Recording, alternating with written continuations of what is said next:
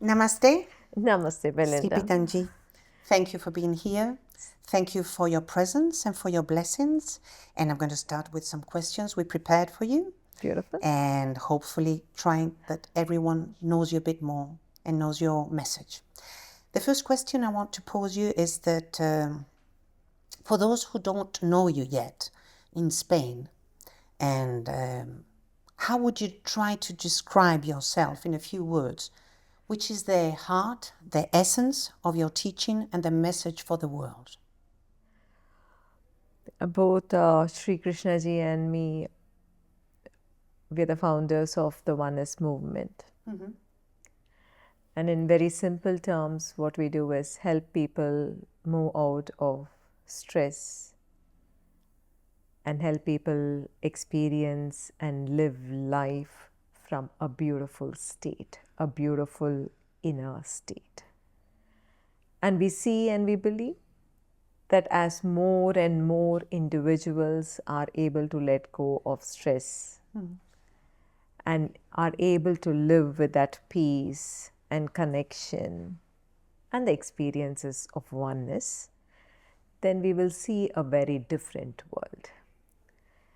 In the essence, we want to bring about a phase transition in humanity's consciousness away from separation and division to experiencing oneness.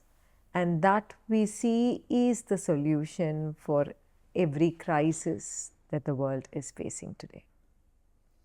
Quite a lot. Thank you. It's the first time in Madrid for you, but as I think I know, it's the third time you visit Spain. And what inspires you about our country to return and continue sharing your message?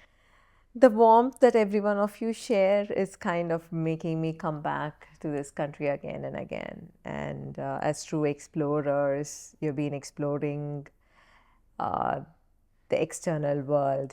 You've been adventurous in the past, and I'm sure you're continuing to be adventurous of the external world in whichever sphere, whether it is technology or any sphere. Mm-hmm. But over here, I also believe that you are incredibly capable of exploring your inner world, a deep dive into oneself, to discover yourself, to discover greater joy, greater abundance, and greater love in life. And that's what makes me come back to Spain again and again. You've made a lot of people happy, what you said. Thank you. Thank you. In these hectic times, as you said, many people feel that they are living under pressure and a lot of stress. What will be the first step toward living an inner peace? The world today is so much focused, I would say the civilization today is so much focused on the external world, on how much you can achieve, where you can live, how you can travel, what you can show off. That has been the focus. Mm-hmm. To your question, I would say everybody should also begin their focus on the inner world. We call it as holding a spiritual vision for one's inner state. That is not allowing yourself to be in stress, not allowing yourself to be in anxiety, to be in anger or fear or loneliness or sadness. It has become a way of life, right? But when you hold a spiritual vision, then you are going to bring attention even to your inner experience as much as attention you're bringing to the external world. One thing I want everyone to know is your inner world is the foundation on which your external life is built. So you cannot have a very poor foundation and you can never build very high buildings. You can't do that, right? Mm-hmm. Pretty similarly, you cannot have an inner state brewing in fear or anxiety or stress or lack and then believe that you can get focused on the external world and create extraordinary results. So when you hold a spiritual vision for your inner state, that is when you will use all the practices, the meditations to actually nurture a very beautiful garden within you. And that is why the meditations that we offer, the serene mind practice, I would say, is a very important practice. It is a practice of awareness made very easy even for beginners. Even the pros use it, but it's been made very easy so you can take it and use it and begin to nurture that state of calm within yourself. So the practice that I would highly recommend for everyone to start with is the serene mind practice, to dissolve stress and anxiety and to wake up to greater calm. You talked about identification, identity. I think that's one of the big problems we've got, if I'm not wrong. Is that true? To identify with the things that happen in your life, when you identify with that, that makes you believe something else, no? Yeah, when identification happens with any of the past experiences, in the deepest spirituality where we lead seekers through, any form of identification is stifling. But even to start with, say you're somebody who has experienced past pain. Yes. Pain, I mean, it's part of life, right? But when you begin identification with that past experiences of pain, you get back to it, you relive it, you move into stress, you move into anxiety, you move into suffering Emotions. again and again and again. So when those becomes your anchor, it actually destroys your inner experience of life. That said, we don't even ask you to program to identification with positive. We actually teach people how to live in the present moment beyond any form of identification. That is when you are truly living life, you're experiencing the elixir of life. Great. Spain is a cheerful country with a vibrant life and celebrations. This identity of ours is how we can lead or to neglect our spiritual side. How can we find those moments for deep reconnection and at the same time still enjoy that social life? The social life, being cheerful is incredibly great. Spreading joy, spreading love is beautiful. But it should not happen at the cost of neglecting or ignoring one's spiritual essence. So that is why to nurture beautiful states and to actually live in that space of joy, to actually internally experience that love, that connection is so very essential for that to flower into your actions, into the responses that you give to the world. And it is no longer an escape for your inner pain, but you actually flowering that inner experience into the external world. And I believe it's going to be very effortless for you to do that because you are somebody who's socially very cheerful, very joyful. But it just takes a little more effort to nurture that beautiful inner state within so that flows out. And that helps you to grow. Absolutely, Also. yes. We are living in times of a great economic and social uncertainty. What message would you give to those who feel today afraid and worried about the future? See, in terms of constantly facing changes is part of life.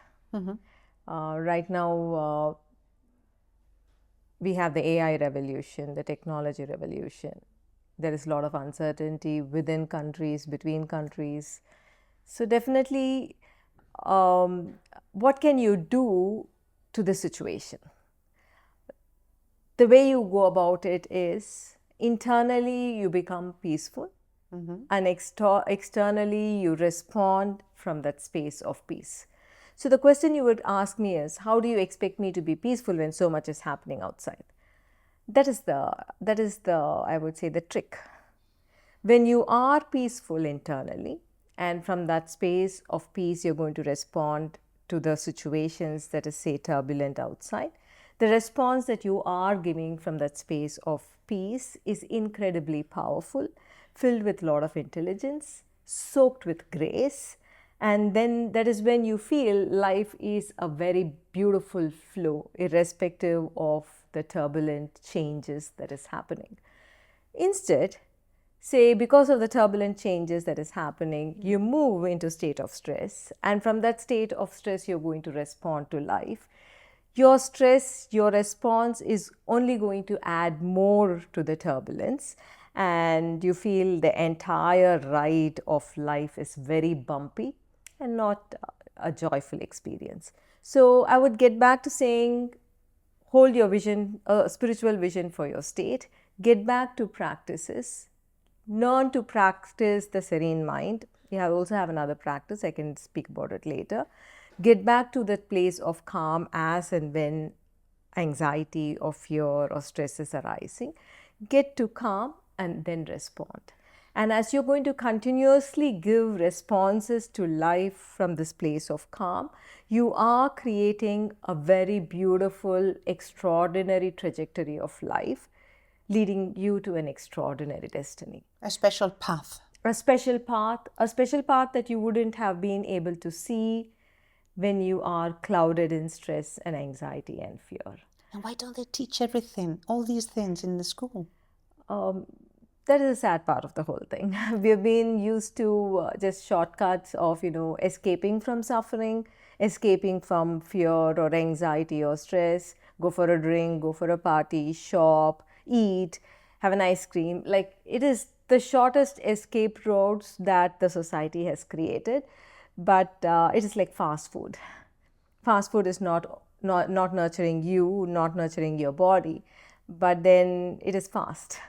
But when you actually learn to nurture your body, that is when you're going to free yourself of diseases. Mm-hmm. So pretty similarly, if you're going to nurture yourself from inside out, that is when you will be able to create a very beautiful life. Not only for yourself, it flows out. Everyone. Yeah, to your family, to your community, to your nation, to the world, it flows out. And do you think the external life is, as you said, I think, it's a bit a reflection of our inner? Absolutely, yes.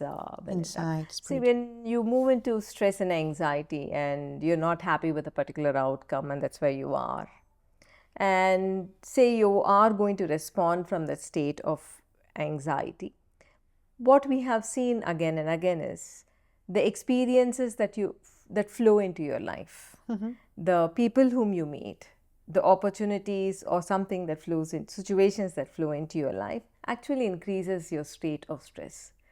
Though your response is wanting to avoid stress, but since it is coming from a space of stress, it carries that energy of stress and invites situations, people, life to create more stress.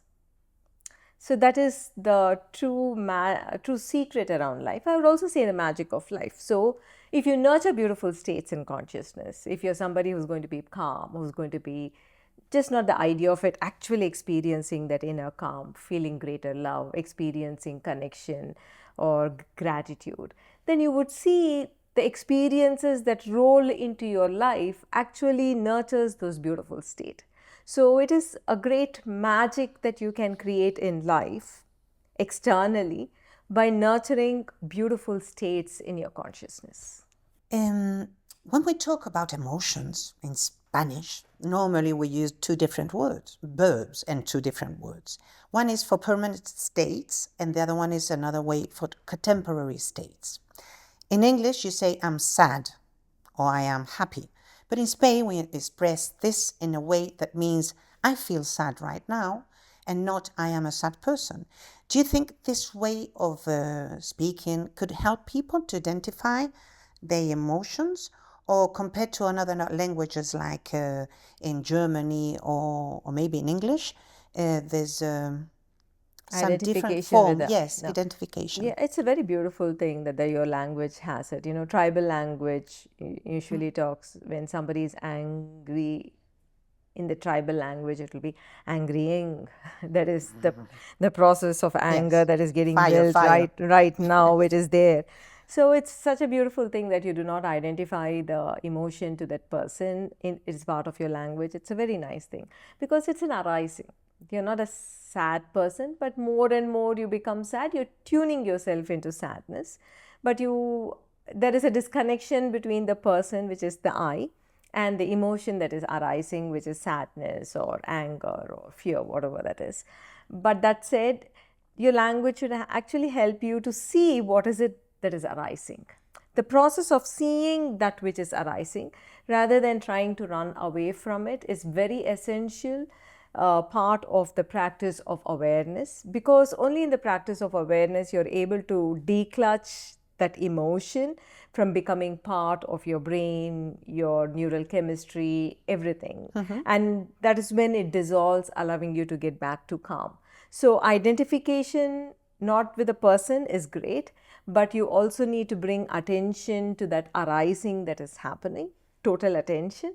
And in that seeing, in that awareness, there is a dissolution that happens of that particular emotion. Great. And going back to the calm again. Yeah. And we want to share, a lot of people does already know, but you and your husband, Sri Krishnaji, created the course, The Beautiful State, which in Spain is being successfully offered by local facilitators trained by you. What purpose did you create it? What did you hope to bring about this movement to the people who experience it? See, to live in a beautiful state and to experience whatever you're doing, whether you're being a parent or you're being a teacher, you're leading an organization or a business, whatever you're doing in life, you need to learn to live in a beautiful state. And of course, we hold seekers to go beyond the beautiful states, to experience awakening, to become totally free of suffering, and to experience enlightenment. But beautiful state has been created by Sri Krishnaji and me so that locally, it's not possible for me to visit every country every other week, right? And you travel quite a lot. I travel Yes, quite you a do. lot. I am on road. I would say I'm on flights most of the time, but we felt that there is a need for everybody. As you just asked, why are not people teaching us this? You know, Yes, in school. yeah, why So not? it's Yes, kids. yes. So it is needed. It's the need of the art. It's not some luxury that somebody needs to experience. It's the need of the art to remain in peace, to remain in calm, to remain free of stress. That is when you're going to create a very harmonious family, harmonious society. So we have handpicked people who have journeyed with us for a very long period of time, who have learned from us, who have actually moved into very beautiful states of consciousness, actually moved into very powerful states of consciousness. And we have trained them to facilitate the beautiful state course. And when you go through this journey, the beautiful state course, you actually learn to live in beautiful states, not being carried by suffering, not being carried into fear or anxiety when things don't go your way, or when a small hustle in the external environment, not that you're sad and depressed and you're feeling lost in life. You need that support, you need that learning. And that is why Sri Krishnaji and I have made sure that this beautiful state course is available locally in different parts of the world. It is available in Spain. We have facilitators leading this beautiful state course, and they are trained by us, very capable, very passionate. They live the teaching. They are in that state to teach you. About this, what would you say to someone that just feels curiosity, maybe is a bit afraid, but wants to have one of these calls and learn a lot? How would you invite that person? Why? Which is the flame that wakes him up? Come, don't be afraid. What would you say to the person? You should be afraid of your stress. Yes, You more. should be Much afraid more. of your To anxiety. get ill with that Yeah, stress. Yes, because it's just not stress happening in you and then the rest of life is fine, right? It is destroying unconsciously. You're destroying your mind, your intelligence, your body. You're causing disease in your body, and more you're living in stress. I'm sure you're not able to connect with the other. You're becoming a disconnected individual. You're mentally becoming, I would say, there is ill health that is creeping in your mind. And not only that, you're also creating ill health in your life itself. As I mentioned earlier, your state and your life are intricately connected. They are not separate compartments. So you should definitely fear. You should fear stress. You have to fear anxiety. And from there should be your vision to, it is possible to live free of that stress. You just need the right wisdom, the right understanding, the right practice, and a passion to live free of stress and to create this beautiful experience of life and to create an extraordinary life from that place of calm. And that is why you need to pick up wherever, whether it is a serene mind practice that's available online or the soul sync practice, that is also a very beautiful practice to calm your mind, your body, and your consciousness, expand your consciousness. And you have the beautiful state courses led by, facilitated by the trainers who have been trained by us from the Oneness movement and who live the teaching. And it is, you should kind of want to live free of stress and anxiety. That is when you are going to create an extraordinary life. And even more, we have another special moment in April next year that we are going to have the pleasure of welcoming you back to Spain in Malaga, where for the first time you'll be there with a field of awakening, magnificent life that you will hold. How can the experience change persons in your experience, your life experience? How many stories? I suppose you have a lot of stories. I don't know if you want to share one of them with us, of a real miracle, a real change that you've lived and you want to share with us. As you said, there are many, many, many experiences where lives have been touched, transformed, totally changed from the inside out. Field of Awakening is the 4-day journey that I lead people, seekers in many parts of the world, starting from Tokyo in the east to Los Angeles in the west. I visit many countries every year, again and again. But this Field of Awakening in Malaga is going to be the first one in Spain.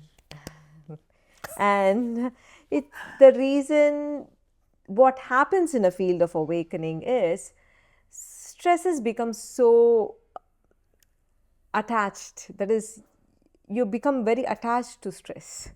You become very attached to suffering, very attached to fear, worry, sadness. It has become the very experience of life.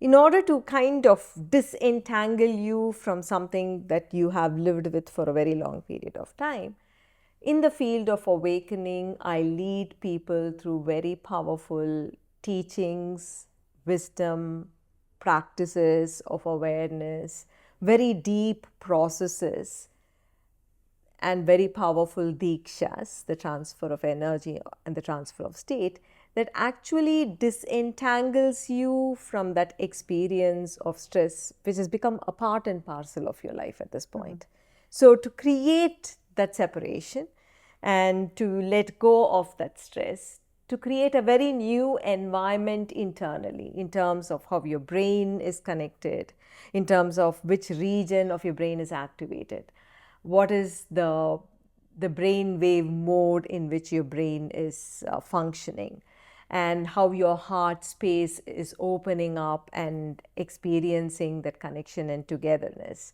to experience the divine flow, the divine grace, where you become more like a hollow bamboo that allows the wind to pass through, creating very beautiful music. That is the experience, and that is the journey which Field of Awakening does. So allowing the divine grace to flow, allowing healing to happen at every level, and opening up your life to magnificence. That is what this Field of Awakening that is going to come to Malaga in April 2026 is what is going to deliver. And looking at a story, I have innumerable stories. Stories where people have healed an experience of anxiety that is flowing in from ancestors. There is this man, he's a very successful hedge fund operator, but then he moves into a lot of anxiety. And looking at his life, he's been journeying with us, and looking at his life, he saw that whenever he moves into anxiety, that's when he makes the most mistakes. And he loses all that he has gained, all that he has built, and then he rebuilds again. And he used to wonder why this anxiety, because life is beautiful. He has a beautiful home, a beautiful family, a lot of wealth, but still that anxiety of losing wealth is like, like a part and parcel of his life. He's suffering. He's suffering. Yeah. And he goes into this powerful process in the field of awakening, and he realizes that this suffering that he is experiencing is actually something, it's a knowing, it's a revelation that comes to him. It is getting passed on from his grandparents. Wow. Grandparents lived in a different country. There was a civil war that breaks out. They've been very wealthy. Civil war that breaks out, that makes them very, very poor. And they had to struggle even for food at times until situations changed. But their experience of insecurity and anxiety continues to flow into this man 2 generations later. So that is how connected we are in terms of what is flowing. That is why it's so important for every parent to nurture a beautiful state, because you're passing it on to your future. Sons. Yeah, children and future. So this man sees, and on that seeing, that experiences a lot of liberation, and after which, he actually opens up his life for magnificence. Abundance flows effortlessly. Whatever he sets in terms of achievement and goal is getting realized, even without struggling so much. Earlier, life used to be a struggle. Right now, life is just a beautiful flow. So, just as I mentioned, like if you think of suffering, anxiety, fear, any of this inner disturbing state is like the huge blocks inside a bamboo. It would not allow wind to pass through, right? It kind of doesn't make music. But when it is a hollow bamboo, then you blow, it is like the beautiful flute that makes very beautiful music. And when the suffering is gone, you can think of it as like this hollow bamboo, which allows the flow of divine grace into your life. And that is when you feel you're carried, you're loved, you're protected, you're held, and life itself is a very beautiful flow, because you have the flow of divine grace into your life. And the huge blocks have to go for you to experience that. And which is then the meaning of suffering? Suffering. Why do we suffer since we are kids? For everything sometimes. If we don't have something, because we don't have it. If we give it, we've been given, something, everything makes us sometimes suffer. Why? See, actually when children are feeling very held, very supported, very loved, suffering does not touch them as much. That is, if say somebody has had a very beautiful experiences in childhood. I'm not saying perfect life. Yes. But even when life has been imperfect, and say you had a grandparent, Protected. you had an uncle connecting, who was able to feel you, who was able to experience you. And when you've had your life filled with those moments, those children, when they grow up, they're not into so much of suffering. They're able to let go of suffering. They're not getting stuck to it. It is not a part and parcel of life. But unfortunately, more and more people, parents, grandparents, are so preoccupied with their own experiences of life, which is stressful, and do not learn to connect, to be there, to protect, to hold. There's no time. There's no time And no sometimes. time. And it is not given that importance. It is not given so much of focus and importance. And these children tend to kind of hold on to suffering and suffer. Suffering should not be the way of life. But to come back to your question, if people had showed us a way when we were children, how to let go of suffering, how to get back to beautiful states, then that would have been the way of life. Unfortunately, nobody was there to teach, other than few fast track courses which says you can skip everything and get to experiencing a lot of pleasure, and that's very limited in terms of joy itself. We can't equate joy and pleasure, right? Joy is something that is born from inside, and then you're constantly longing for the joy, longing for that love, looking for more pleasure and more pleasure and more pleasure, feeling more and more dissatisfied, and that becomes a loop of life. Gratitude is a path. Gratitude, not in terms, again, right now we have parents teaching children, say thank you and, be grateful. Gratitude is an emotion that you need to actually nurture. That is, when you actually begin to feel how much you're supported, how much you're taken care, or how much you're receiving. You need to spend a little time on that to actually feel grateful. So gratitude is just not a simple thank you or a simple appreciation for what you've received, but an actual feeling, and that is definitely very healing. All my life, listen to you. I will be here. Anyway, if you could leave just one phrase, it's a bit difficult question, but one phrase engraved in the hearts of the people of Spain, what would it be? Well, you can say 2 or 3. Continue to be cheerful, joyful, loving in your actions, in your responses, in your attitude, in your behavior. But that becomes super powerful when you are actually living in a beautiful state. Wow, thank you. And this is a personal question. I don't know which is the way to pose it, but do you think that when we die, we go back to unity? Or we are already sometimes, if you're lucky, and wake up and learned how to go to that piece of calm and peaceful aroundment and inside, you're already in that unity? Or the moment you go back really to the unity, it's when you die? What happens when you die? Do you go back to God, to the biggest? It's a biggest question, but whatever answer I give is not going to surface because it's not going to be actually putting your questions to rest. It has to be an experience. Okay. We have to experience it. Yes. Okay. No asking that. And what could we in these times? We can believe in Ekam and all your teachings. We can believe in that inner peace that we can try to find with meditation, exercise and all that. But in a world that I think that everything is just, falling down all the days, in what can we believe? Can we believe in ourselves? Can we believe in the love that is the force that moves everything? The word belief is such a Trust. trust. That's why when we lead seekers through a journey, we don't hand over another set of beliefs. What we do is actually lead people through experiences.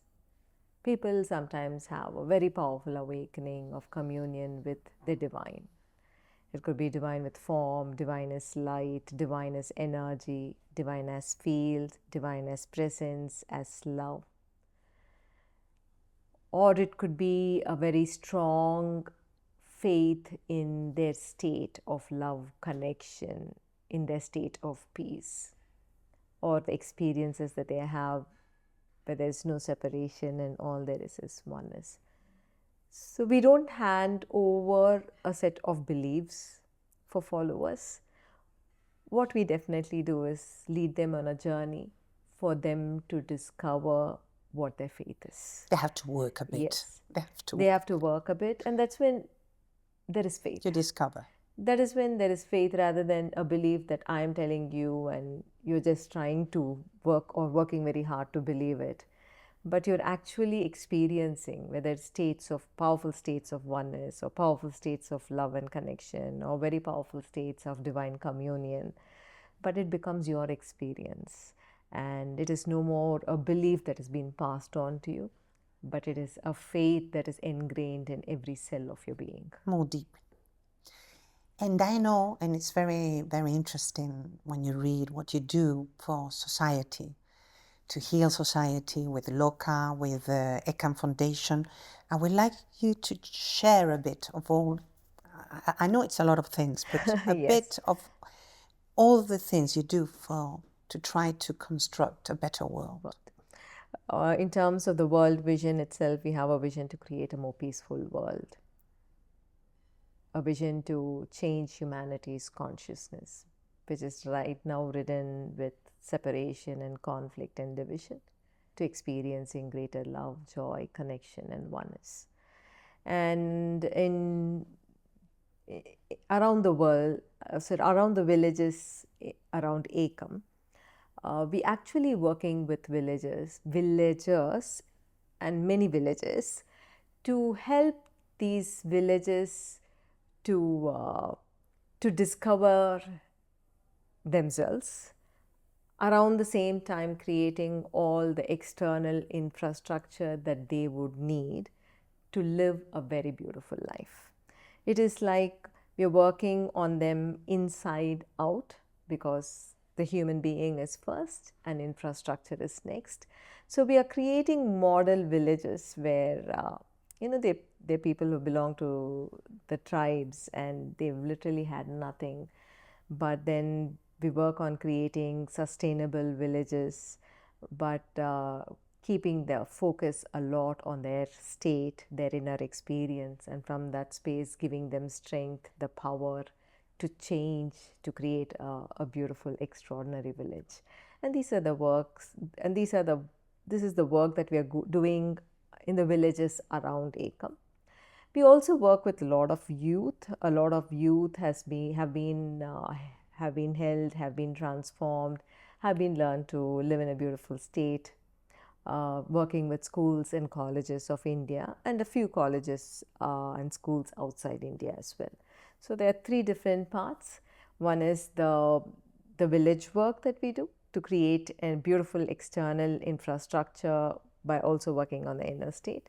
And then we have the youth work that is teaching children to live in beautiful state, to answer your question, that is needed at a very young age. And for the world vision, we have wanting to help humanity shift in consciousness. How does all the things you do for humanity make you feel, Sri Preethaji? How does that make you feel? It gives, to see a smile, to see a joy, to see tears. That's what keeps me going every day. To see a transformation in a family, or to see a transformation by somebody who's leading a team.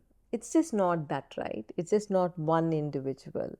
It is just not one person. It is like each one is a light that is going to light up so many lives, so many homes. So that is how I see the work actually passing on from one to the other and touching many, many, many lives. The field of awakening in Malaga, that is going to happen in April 2026, is going to be the first field of awakening in Spain. And I'm truly looking forward to seeing you all there. We shall be there. The field of awakening is an incredible journey, allowing you to open up several doors of your consciousness. And this field of awakening is about experiencing and soaking in a magnificent life. So you're going to create incredible abundance by changing your inner state. Field of awakening is an incredible 4-day journey. You begin to know yourself, see yourself. It is a very powerful inner adventure that you dive into. And though it is an inner adventure, it actually unlocks various forms of abundance of love, joy, and connection into your life. Namaste, Sri Namaste. Preethaji. Thank you. Wonderful seeing you. Namaste.